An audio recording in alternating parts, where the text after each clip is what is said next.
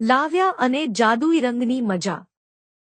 લાવ્યા ખુશ થઈને સ્કૂલના ક્લાસરૂમમાં પ્રવેશે છે.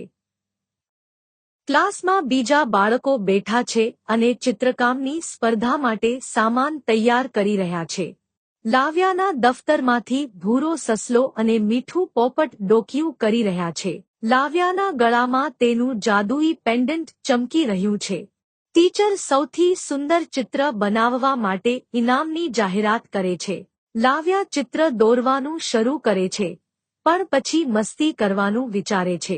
તે પેન્ડન્ટને દબાવીને એક વાદળ દોરે છે અને જાદુથી કાગળમાંથી ખરેખર પાણીના ટીપાં પડવા લાગે છે. ભૂરો સસલો ગભરાઈને તેને રોકે છે. લાવ્યા કાગળ પર સૂરજ દોરે છે અને આખા ક્લાસમાં ગરમાવો ફેલાઈ જાય છે. પછી તે પતંગિયા દોરે છે, જે કાગળમાંથી બહાર નીકળીને આખા ક્લાસમાં ઉડવા લાગે છે. બધા બાળકો ખુશ થઈને પતંગિયા પકડવા માટે બેન્ચ પર કૂદવા લાગે છે. ભૂરો સસલો અને મીઠું પોપટ દફતરમાંથી આ બધું જુએ છે. હવે આ બધું ટીચર ક્લાસરૂમ આવીને જોવે છે. પછી લાવ્યા સાથે ટીચર એ શું કર્યું તે જોવા માટે પાર્ટ 2 જોવો પડશે.